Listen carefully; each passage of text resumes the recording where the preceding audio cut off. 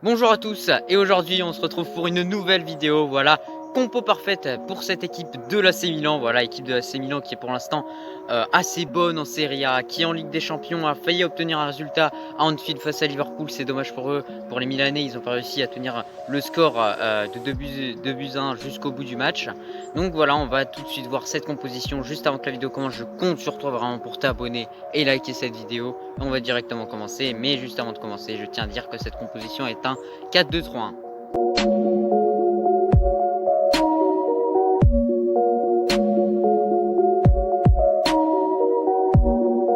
On va commencer directement au poste de gardien avec Mike Maignan. Voilà, il va pas remplacer totalement Donnarumma. Il pourra pas remplacer ses relances ou etc.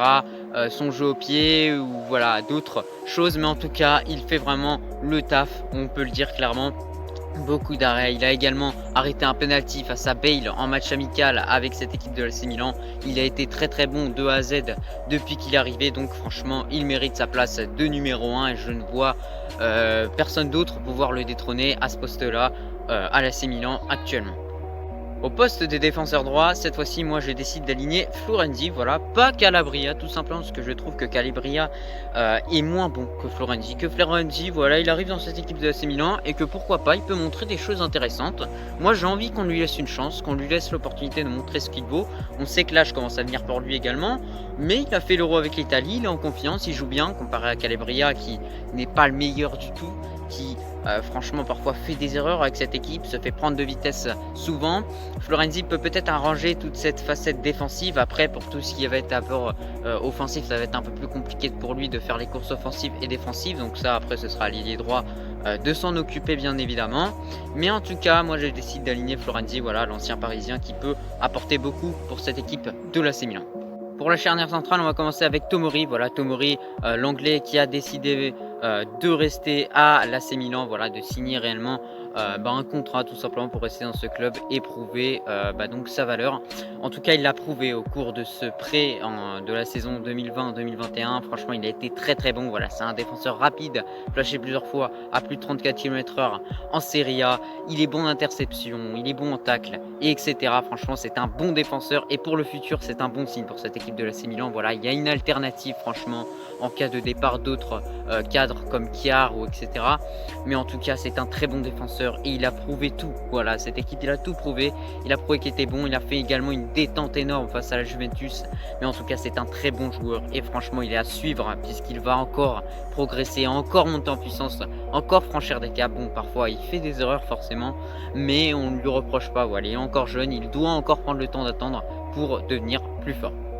Pour le deuxième défenseur de cette charnière centrale, Kiar, voilà, le capitaine expérimenté, le capitaine sauveur de Christensen, celui qui a appelé les secours. Voilà, le Danois qui est très bon, franchement, avec cette équipe de l'AC Milan et qui est vraiment sur la régularité. C'est un joueur qui ne sort pas non plus des matchs extraordinaires, mais qui est bon. Voilà, c'est un bon défenseur qui est régulier, qui fait son match et qui fait surtout son taf. Voilà, clairement, c'est surtout cette charnière centrale Tomori Kiar qui est fort. C'est pas réellement individuellement, même si Tomori est au-dessus de Kiar pour moi actuellement.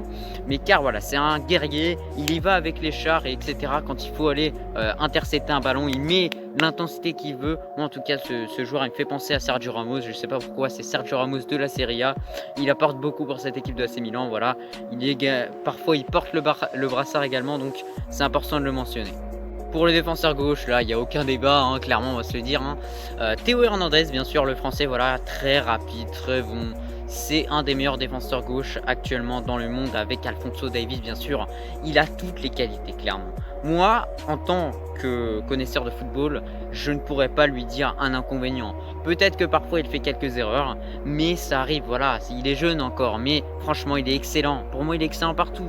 Il est bon, il est rapide, etc. Il a toutes les qualités d'un bon défenseur gauche. Il apporte beaucoup offensivement avec beaucoup de centres.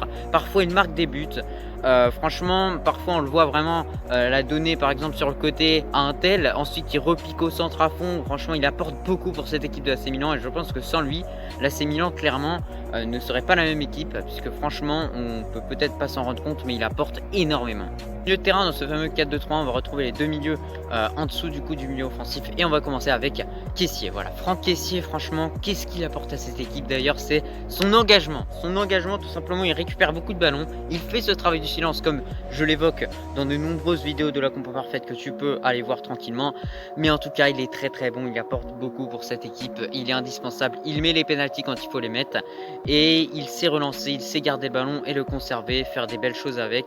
C'est pas seulement un milieu central qui met de l'impact comme un débile, lui il prend le temps de faire les choses, il construit le jeu, mais on va dire que lui c'est plutôt un milieu défensif réellement, enfin il joue en tout cas en milieu défensif, il apporte plus défensivement qu'offensivement, mais c'est pas pour ça que c'est un mauvais joueur, c'est un très bon joueur.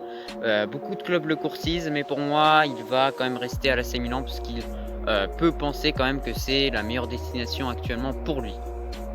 Pour accompagner Franck Kessié, on va mettre bien sûr Tonali, voilà Tonali de nouveau Pirlo, voilà en quelque sorte c'est un joueur qui est en train de monter en puissance également, pareil, même situation que Franck Kessié, voilà c'est un joueur qui apporte beaucoup physiquement, mais lui c'est un peu plus pour tout ce qui est offensif, même si on aurait voulu réellement créer du jeu, on aurait mis Benasser, mais moi je décide de mettre sur la table Tonali, voilà qui est un joueur qui peut monter en puissance, je le trouve plutôt rapide hein, pour un milieu un milieu central pardon. Donc il peut apporter franchement, comme je l'ai appelé le nouveau Pirlo, franchement pour moi il a tout pour le devenir, en tout cas c'est un Italien, il est très bon, il est propre et avec Kessié il forme une très bonne doublette dans cette équipe de l'AC Milan, c'est une des forces au milieu de terrain tout simplement pour cette équipe et c'est pour ça que je le mets aux côtés de Franck Kessié, voilà il peut beaucoup apporter pour cette équipe. En milieu offensif, une recrue de la part de cette équipe de l'AC Milan, Brahim Diaz. Voilà, Brahim Diaz qui n'a pas eu l'opportunité de s'exprimer au Real Madrid ou alors le peu de fois qu'il l'a fait, il a réussi à être bon voilà, avec ce but face à Real Sociedad et etc. Où il avait fait un beau crochet d'ailleurs, hein, je me rappelle. Mais en tout cas, dans cette équipe de l'AC Milan, on a compris qu'il a un rôle différent franchement. Déjà, on lui a donné le numéro 10, donc ça veut dire que ça va être lui le maestro dans ce milieu de terrain. C'est lui que le club réellement compte beaucoup sur lui, voilà, on sait qu'il est jeune, qu'il a du talent à montrer sur un terrain de football et que l'avenir dépendra peut-être pas que de lui, mais en tout cas en grande partie de lui, voilà, c'est lui qui va organiser le jeu et créer, c'est pour ça que je ne mets pas Benasser, pour moi Brahim Diaz peut très bien faire tout seul ce travail de création et vous allez voir qu'avec les ailiers à côté, eux aussi sont également capables de créer le jeu. Donc pour moi, je mets Brahim Diaz malgré le fait qu'il soit jeune, mais dans cette équipe, comme je vous ai dit, il n'a pas le même statut qu'il avait au Real Madrid. À droite donc de cette attaque, du coup en milieu droit plutôt précisément dans ce 4-2-3-1, on va mettre Salamankers, voilà le Belge qui apporte beaucoup pour cette équipe, voilà il a beaucoup de qualité de dribble, voilà de vitesse, il va vite, il est capable de faire vraiment des cassages de reins tout simplement, de centrer, d'apporter offensivement. Et c'est une révélation pour cette équipe. Peut-être que ce joueur, moi je le connaissais pas avant, tout simplement qu'il commence à mettre des buts, etc. Mais en tout cas, il est très bon avec cette équipe de l'AC Milan et c'est plutôt une surprise un petit peu. Il nous surprend un petit peu de jour en jour et il est très bon. Il est assez régulier. Peut-être ce qui lui manquerait, c'est d'être un peu plus décisif et de marquer un peu plus de buts. Donc ça, après, ça se fera avec le temps et avec l'expérience. Et en tout cas, moi je pense qu'il mérite complètement sa place dans cette compo parfaite. Au poste de milieu gauche, cette fois-ci, on va mettre un joueur un peu plus différent quand même, Leao. Voilà, Leao qui a une qualité de vitesse incroyable, qui a une qualité de finition incroyable également, puisque c'est un attaquant de base, je crois bien. Voilà, l'ancien joueur de Lille, tout simplement, qui monte en puissance petit à petit au cours des saisons avec cette équipe de l'AC Milan. Voilà, donc c'est plutôt pas mal. Voilà, il peut apporter sur la longévité. Il est jeune, il a encore des choses à prouver et vous allez voir qu'aux côtés d'Ibrahimovic, ça peut faire une bonne paire, cette paire Leao Ibrahimovic. On aurait pu mettre, comment il s'appelle, Rebic, mais moi je décide de mettre tout simplement Leao puisque je le trouve plus régulier et je le trouve un peu plus décisif. Et pour finir, en pointe, le seul, le grand et l'unique, Zlatan Ibrahimovic. Voilà, on le connaît, quasiment 2 mètres. Costaud, qui sait faire du taekwondo, bref, qui est bon, qui a 39 ans, bon là je commence à venir, la blessure aussi malheureusement pour lui, voilà, on sait qu'il prend extrêmement soin de son hygiène de vie, Zlatan, voilà, c'est tout simplement un joueur qu'il ne faut pas chercher, mais en tout cas, il peut apporter de l'expérience à cette équipe. Et je n'ai pas mis un duo avec Giroud tout simplement parce que c'est 2 joueurs du même style, et mettre 2 joueurs du même style à côté, je trouve ça pas très utile, et c'est pour ça que je mets Ibrahimovic tout seul en pointe, qui pourra apporter son expérience, qui pourra jouer en pivot sur Leao ou bien sur Salamankers ou Brahim Diaz. Voilà, il a marqué beaucoup de buts au cours de cette saison 2020-2021 et il va encore en mettre beaucoup lors de cette saison 2021-2022. En tout cas, on l'espère, voilà, parce que c'est un très bon joueur. Et moi, ça me fait plaisir de le voir marquer le week-end et afficher des belles performances. Bref, c'était tout pour cette compo parfaite. Je t'affiche la compo finale, voilà, en tout cas finie. On peut repérer une bonne défense, même s'il y a des côtés où il faudra s'améliorer à ce niveau-là. D'ailleurs, recruter un défenseur droit, parce que Florenzi n'est pas le meilleur défenseur droit du monde, mais il peut dépanner. Au milieu de terrain, c'est tout simplement parfait. Franchement, Kessié associé à Tonali, c'est très très solide et c'est ce milieu qui fait la force de cette équipe, en tout cas je trouve. Sinon, un peu plus haut sur le terrain, Brahim Diaz, Salamankers et Leao, en espèce de trio des ailiers, etc. Formeront un trio très très fort. Voilà, on sait que Salamankers peut beaucoup apporter, également Leao. Et en pointe, Zlatan Ibrahimovic pourra finir les actions sur les centres de Leao, de Salamankers ou, comme je l'ai dit précédemment, de Théo Hernandez qui apporte énormément. On en a fini avec cette équipe de l'AC Milan, voilà pour cette compo parfaite. Je te remercie si tu as regardé la vidéo entière et si tu es encore là, merci beaucoup. Voilà, n'hésite pas à commenter, à partager la vidéo et moi je te dis à la prochaine.